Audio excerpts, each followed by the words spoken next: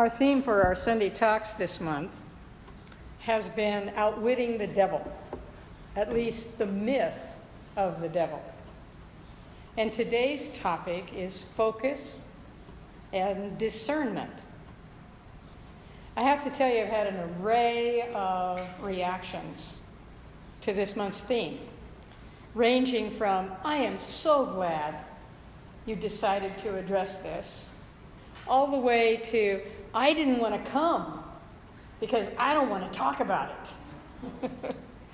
Most of these responses, as a matter of fact, are showing up at our midweek gatherings, the one here in Waikoloa, the one up in Waimea, because that's what those meetings are really designed to provide, an opportunity for dialogue and conversation.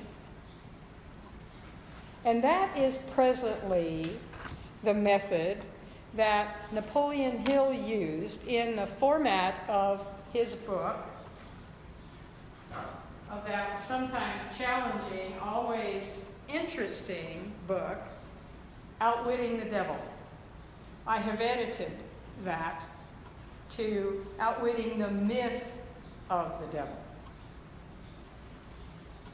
In this book, Napoleon Hill has a hypothetical conversation in the form of an interview with what he wrote may have been real, as the devil claims to be, or he may have been the creation of my own imagination. And it really doesn't matter which of those two it is. Like so many stories that are passed down from generation to generation, sometimes orally, often in writing. It's not about what the original story contained. It's what has been passed on and how each person has interpreted that, including you as the current end user when you hear about it.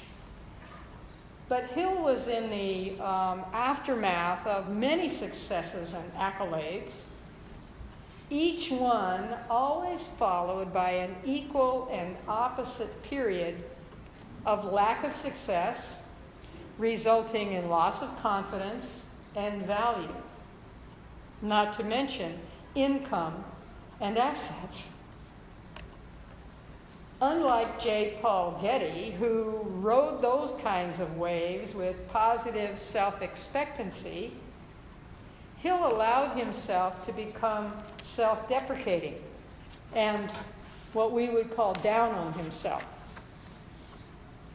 But eventually, he recognized the incongruity of that, and so began seeking the reasons and the value of that recognition. Sounds familiar now, doesn't it, to a couple of stories we heard already this morning in Standing in the Light.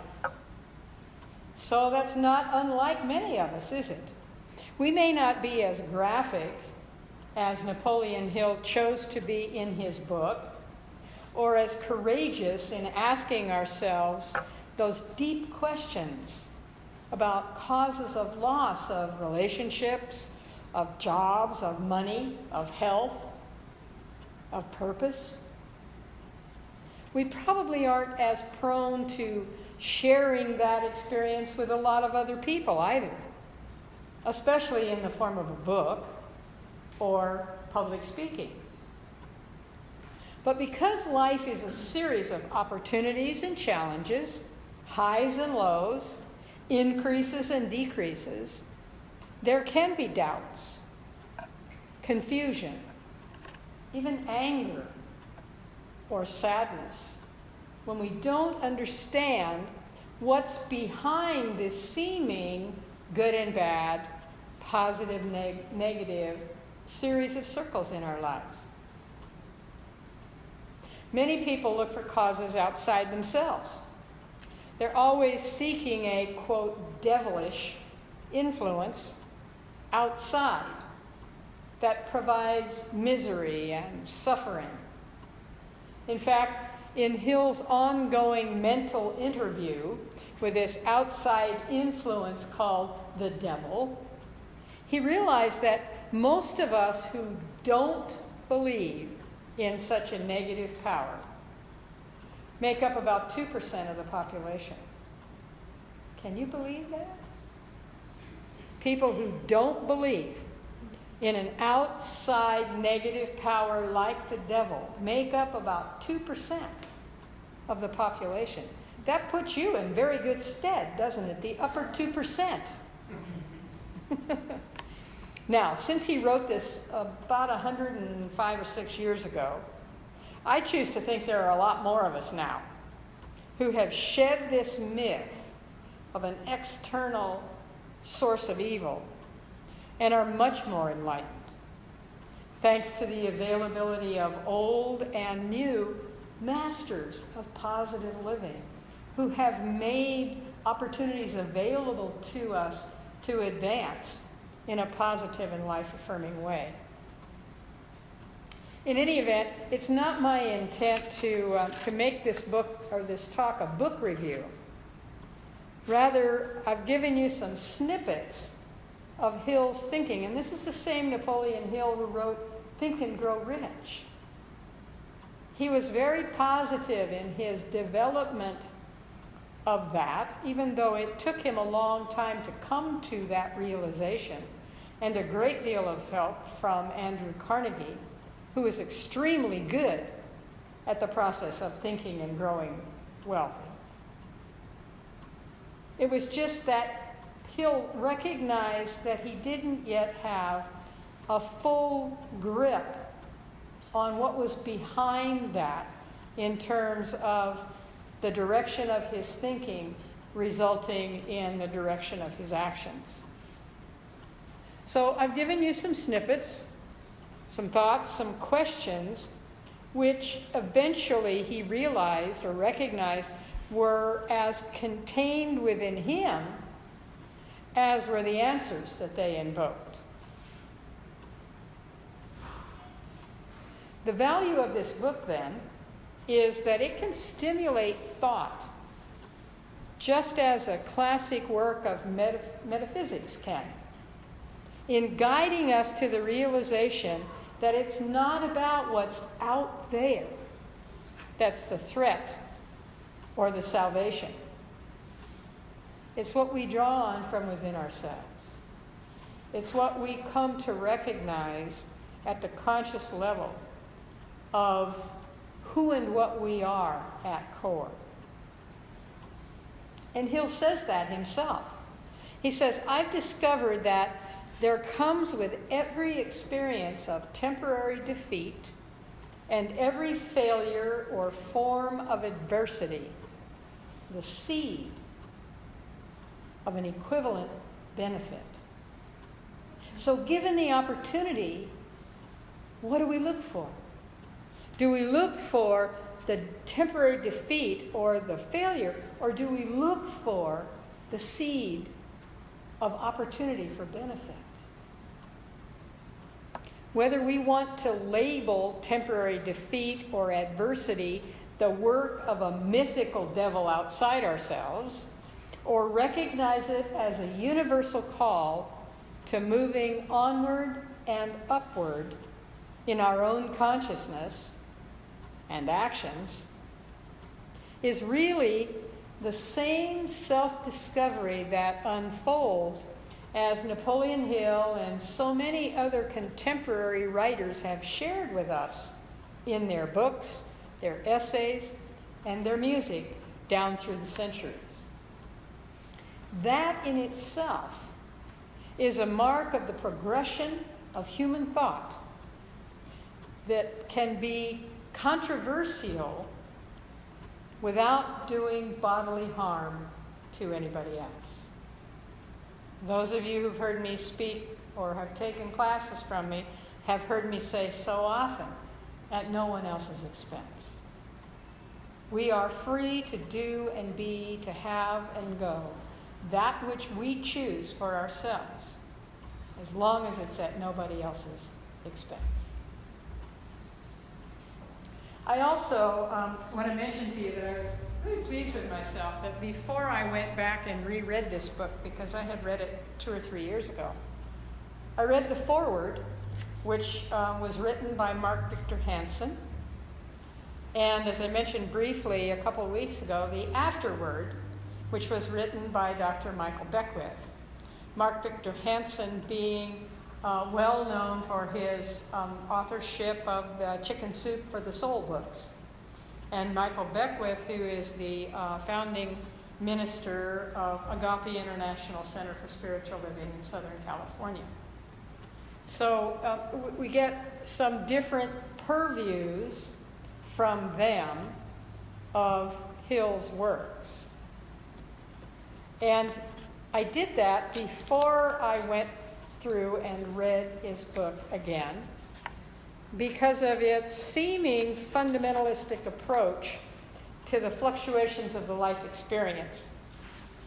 Hansen and Beckwith, of course, had taken the time to find the deeper meanings of Hill's thoughts and the state of his consciousness that unfolds through this work.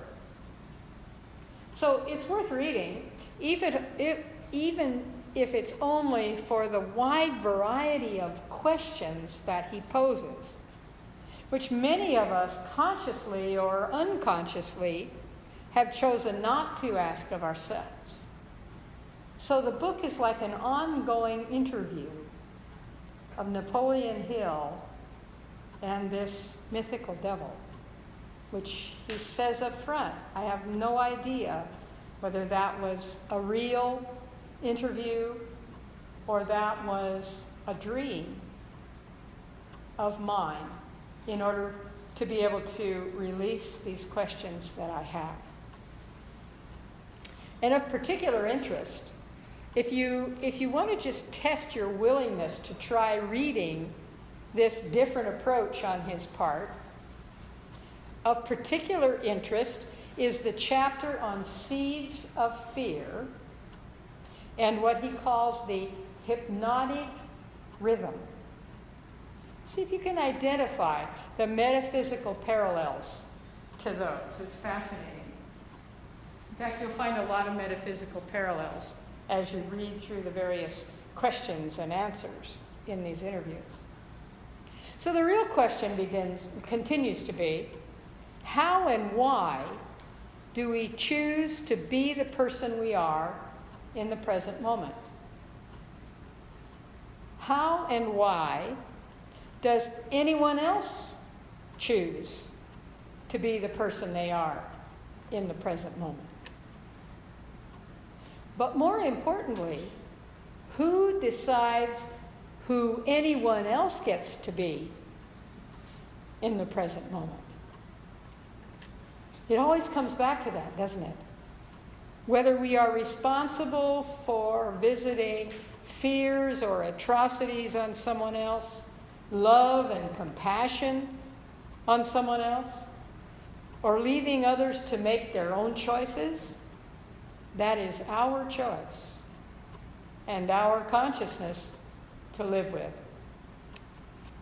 Whether they accept what we impose or offer other people is their choice and excuse me, and their consciousness to live with.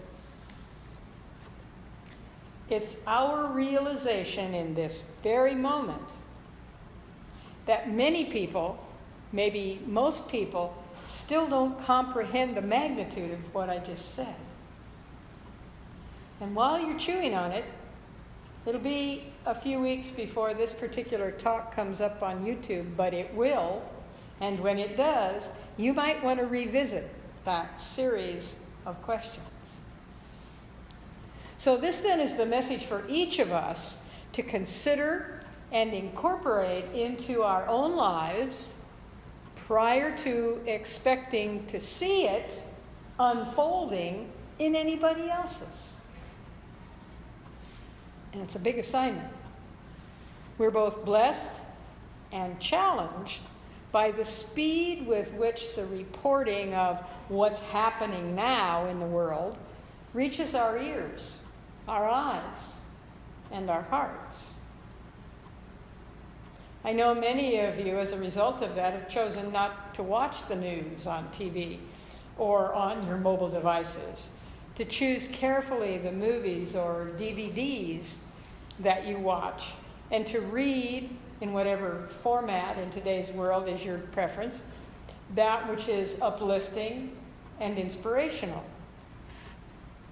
And many of you volunteer your services to others, to organizations, and to special events that encourage people and communities to become healthier, more comfortable, safer, and more knowledgeable.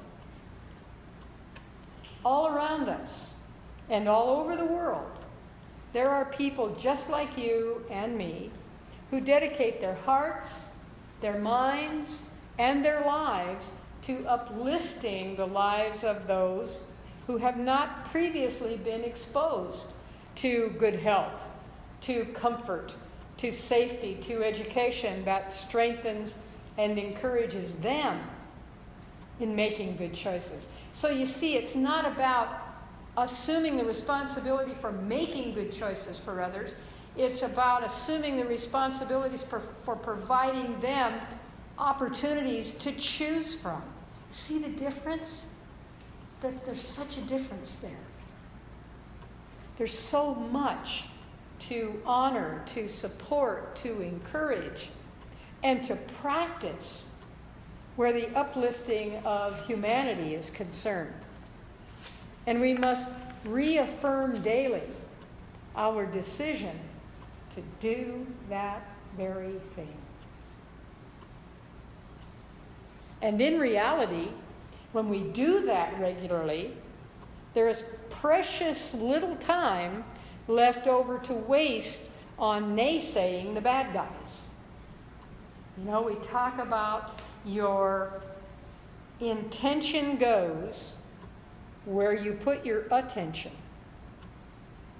So when you put your attention on, first of all, lifting your own consciousness in a positive way, and then to offering that as possibilities for others, there's precious little time to focus on the negative and to continue to put energy on that negative.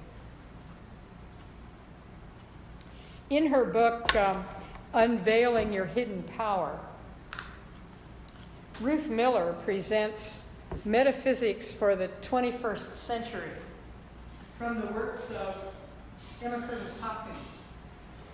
If that's not a familiar name to you, or maybe even if it is, you can go to the book Spirits in Rebellion, which is a chronology of the development of New Thought and metaphysics in the United States and the Western Hemisphere in the last, let's say, 150 years.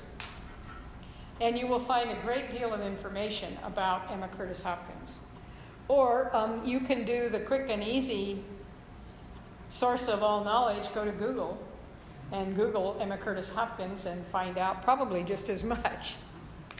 But in any event, I teach a course, one of our accredited classes on Emma Curtis Hopkins, and it's an in-depth look at her philosophies. Among her many quotable quotes is this: in this science, we don't get attached to any ideas, since when we are tied to a notion that we would like to see all the world in a certain way, we may as well be tied to a stake. Instead, we need to breathe out our old ideas and breathe in descriptions of all that we are glad about. So what's she saying there?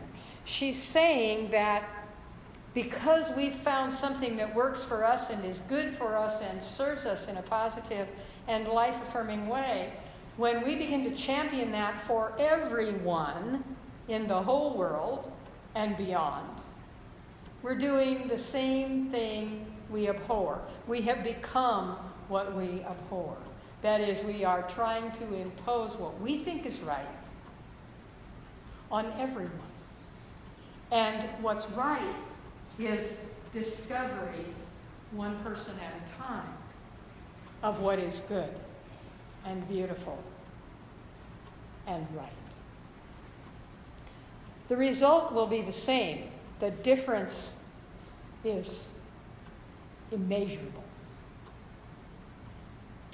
Emma read the works of Carl Jung, recognizing his creation of the phrase collective consciousness, which we talk about a lot in Science of Mind, that composite of the thinking of the world since recorded history, which includes a lot of positive, a lot of negative, and is operating at a specific level of consciousness that any one of us can exceed in any given moment. You're doing that right now.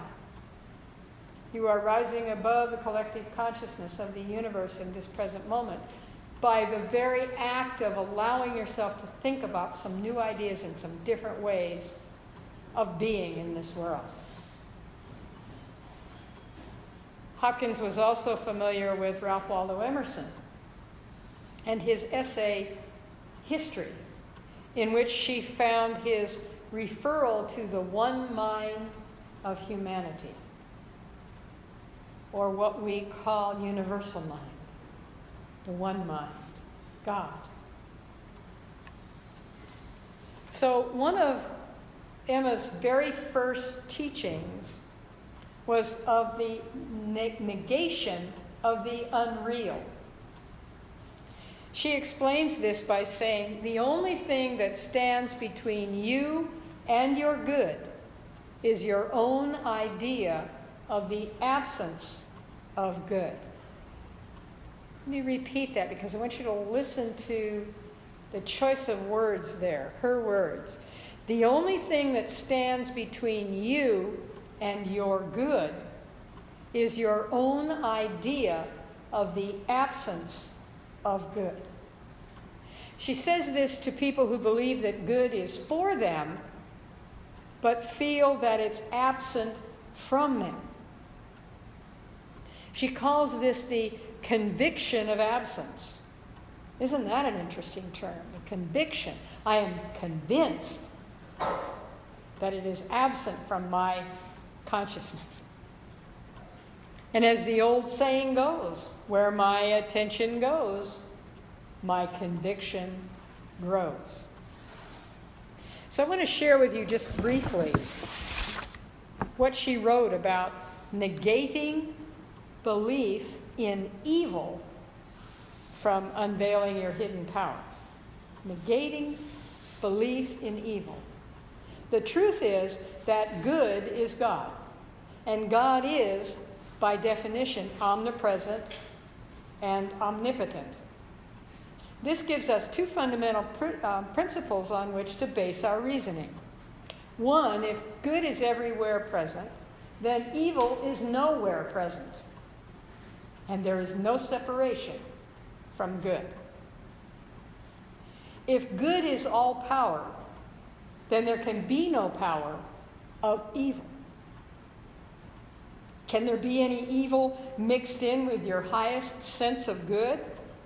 In our idea of good, omnipresent, everywhere, equally present, and omnipotent, all-powerful, there can be no absence, which means there can be no evil.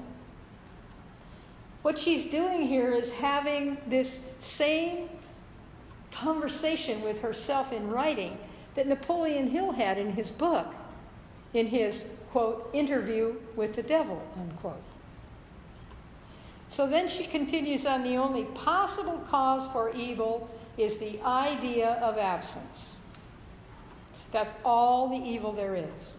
A belief in separation from God, our good.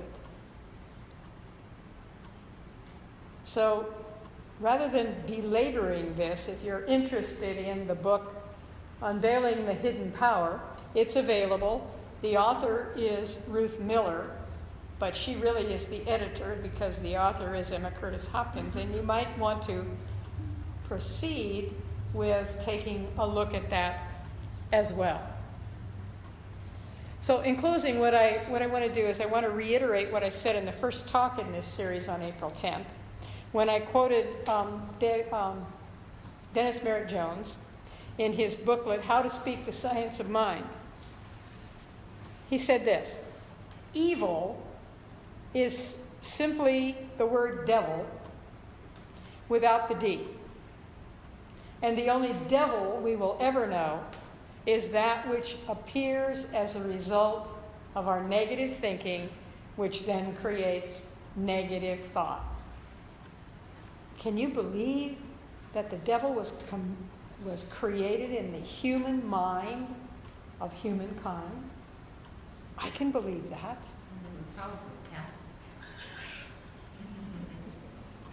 So I leave you today with this statement from Napoleon Hill. Fear is the tool of a man-made devil. Self-confident faith in oneself is both the man-made weapon which defeats this devil and the man-made tool which builds a triumphant life. And it's more than that.